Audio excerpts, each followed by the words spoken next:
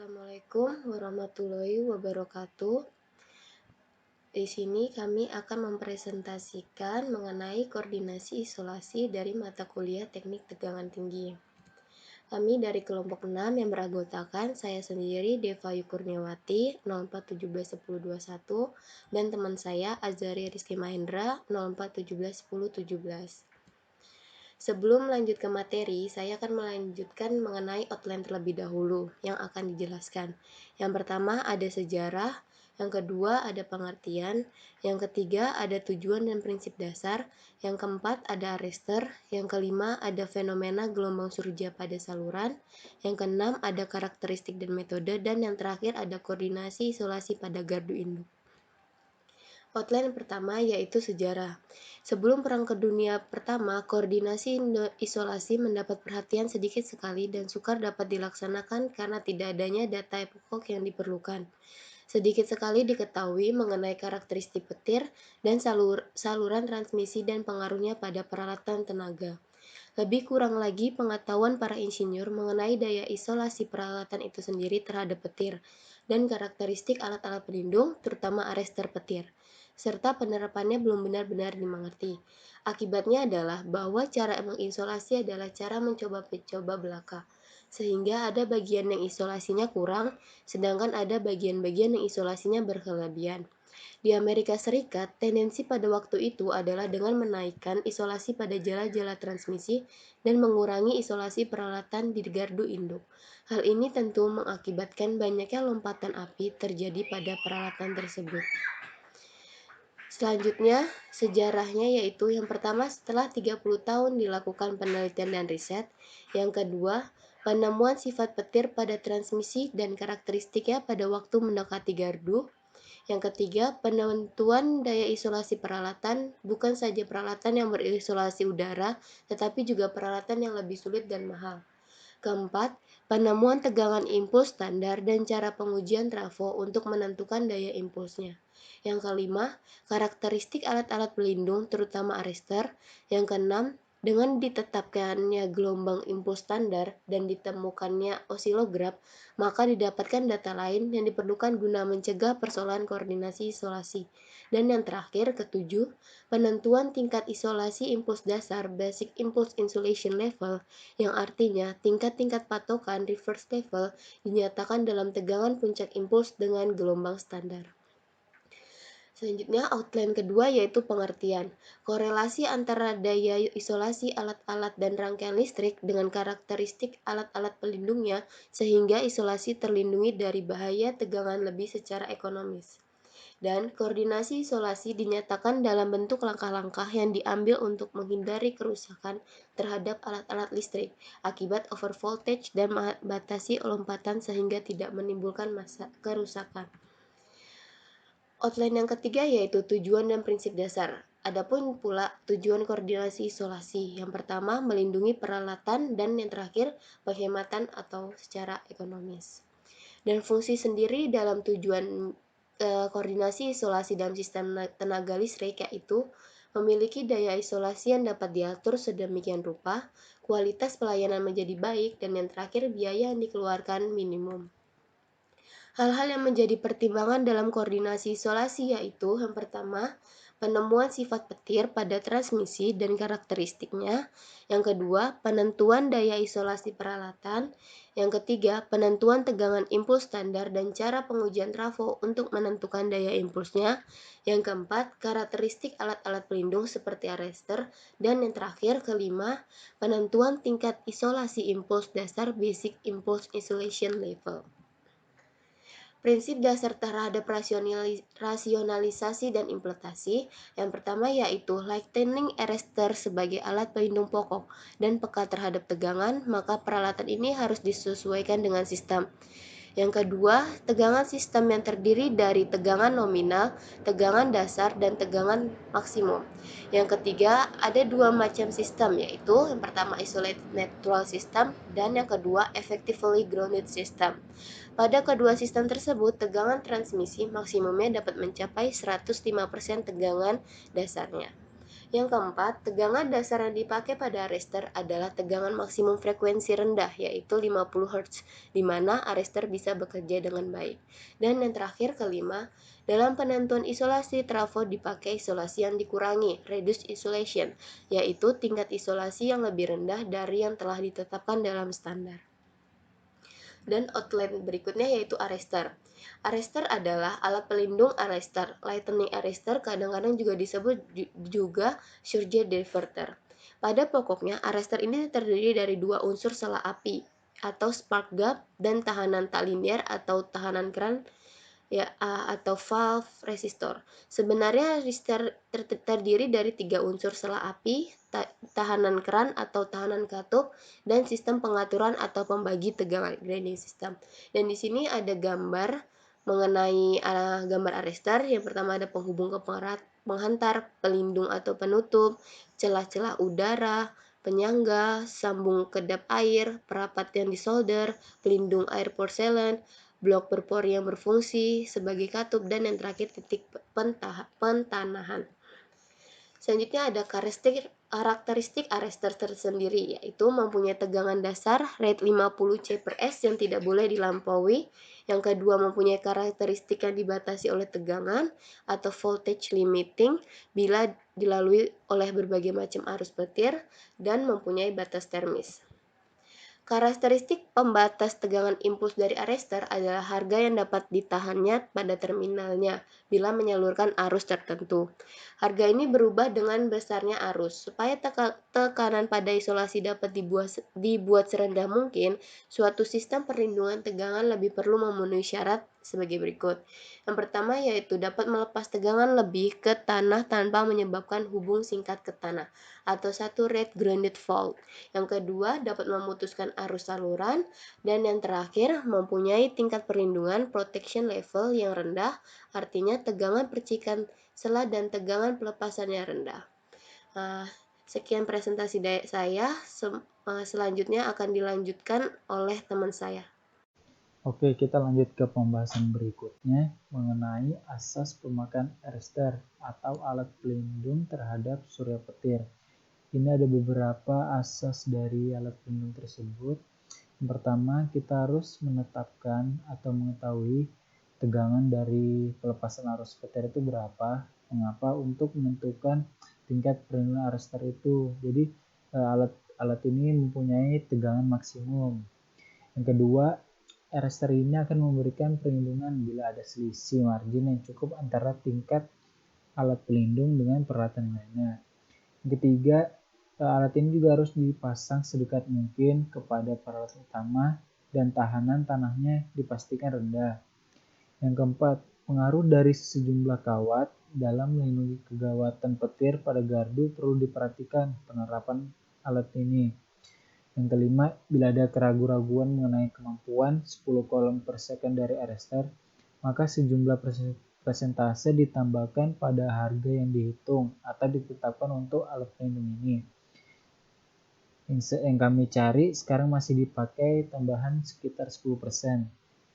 Yang keenam, kapasitas termis arrester harus dapat meneruskan arus besar yang berasal dari simpanan tenaga yang terdapat dalam saluran yang panjang. Jatuh tegangan maksimum dari alat ini dipakai sebagai tingkat perlindungan dari arrester. Jadi bukan tegangan rata-rata yang diambil. Selanjutnya kita masuk ke pembahasan selanjutnya, yaitu tentang fenomena gelombang surja pada saluran. Apa sih gelombang surja? Jadi gelombang surja itu suatu gelombang impuls tegangan yang melonjak atau tiba-tiba langsung naik secara drastis dan merambat dari titik sumbernya berarah radial sepanjang pengantar. Mungkin teman-teman bisa lihat, ini ada gambarnya. Itu ada titik A, titik B. Jadi titik A adalah besar amplitude gelombang surja yang dapat ditahan oleh isolator tersebut. Sedangkan titik B itu tanduk busur apinya.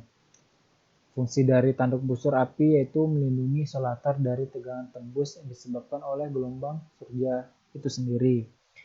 Jadi apabila amplitude tegangan telah mencapai titik B atau tanduk busur apinya, maka terjadi pelepasan muatan listrik atau disebut discharge. dari tanduk yang terhubung ke pengantar ke tanduk yang terhubung ke bumi atau disebut dengan grounding yang menimbulkan loncatan api. Ini ada penanggulangan tegangan lebih dari gelombang surja sebelumnya. Jadi yang pertama ada mungkin bisa mengurangi impedansi surja menara. Impedansi surja menara harus dikurangi sebanyak mungkin karena tegangan surja yang diinduksi pada saluran transmisi dapat dikurangi atau kemungkinan besar sambaran petir dapat dikurangi. Secara khusus backflash yang disebabkan tidak ada sambungan ke ground di atas menara atau impedansi kabel dapat dikurangi secara efektif. Besar impedansi surja menara berkaitan dengan ketinggian menara.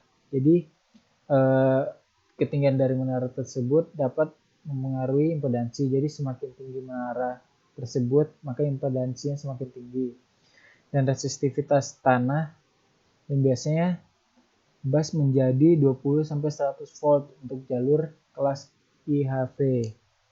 Kedua, penggunaan arcing horn atau semacam alat itu adalah sejenis celah udara yang memiliki karakteristik isolasi restoring atau pemulihan diri sendiri.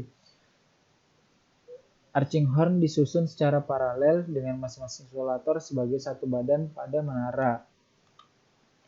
Nah, ini ada tugas atau tujuan dari arcing horn.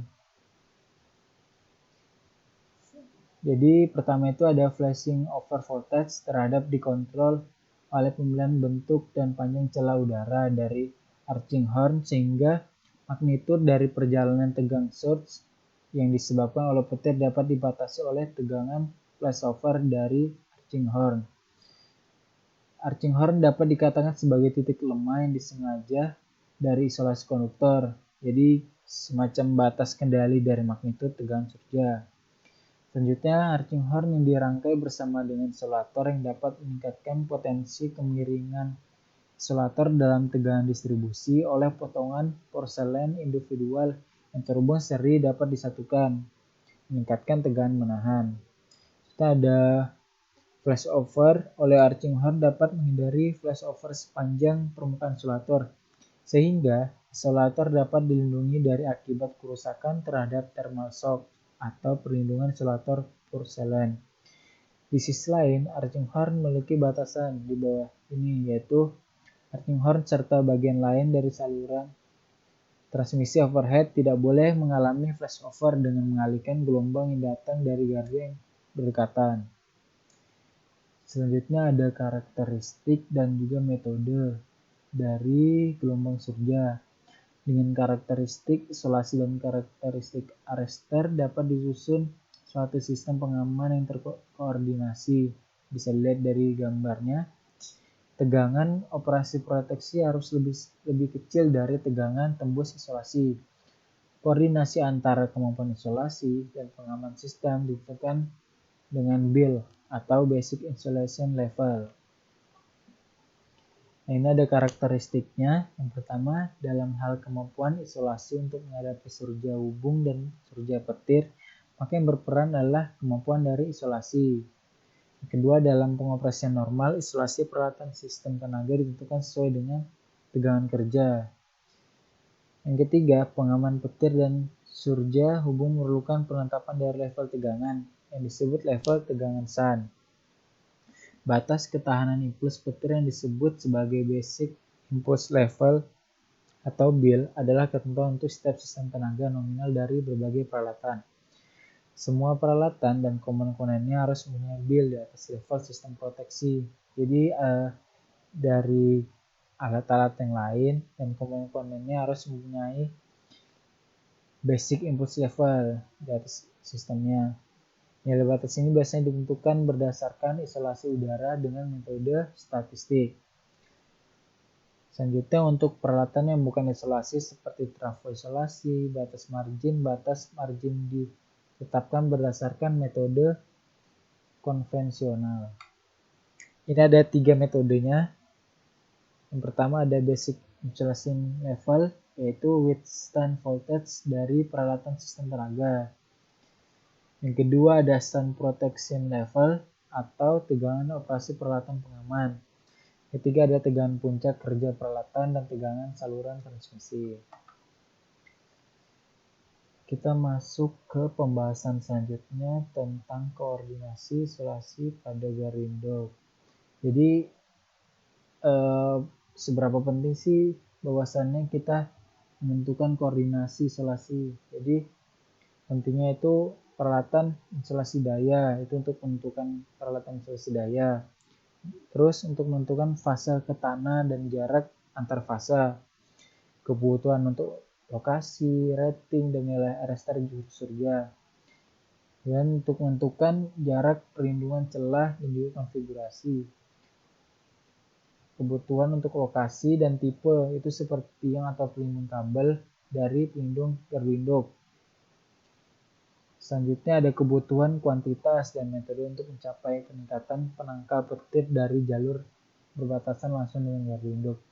Namun untuk menentukan itu semua, kita harus juga mempertimbangkan semua sumber tegangan yang mungkin ditempatkan pada peralatan atau di menara. Jadi kita nggak asal masang aja. Jadi kita memperhatikan juga di daerah tersebut atau lokasi tersebut, di dekatnya itu ada apa aja, ada peralatan atau sumber tegangan yang lain. Oke, lanjut ke kriteria desain isolasi Garwindok yang peralatannya. Itu ada tindakan untuk mengurangi sambaran petir langsung ke stasiun sebanyak mungkin. Untuk melindungi gardu dan peralatan lainnya terhadap lonjakan tersebut. Untuk mengurangi tingkat lonjakannya. Dan untuk melindungi peralatan gardu induk terhadap lonjakannya tanpa mengalami kerusakan pada peralatan tersebut.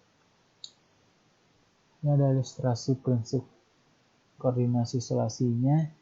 Bisa dilihat itu ada nominal tegangannya ada 132 kV, tegangan tertingginya 145 kV, tegangan tertinggi ke buminya ada 119 kV. Perkiraan tegangan lebih surga hubung itu ada 375 kV, surga diverter itu ada 132 kV, ratingnya 510 kV, tegangan pelepasannya ada 443 kV. Itu ada transformator sebesar 560 kV, tegangan impulsnya 230 kV, level tegangannya atau impuls proteksi marginnya sebesar 24%. Switch gearnya ada 650 kV dan juga tegangan impuls withstandnya ada 650 kV. Oke, sekian dari kami. Semoga teman-teman bisa memahami apa yang kami jelaskan. Kurang lebih mohon maaf. Wabillahi taufiq wal hidayah. Wassalamualaikum warahmatullahi wabarakatuh.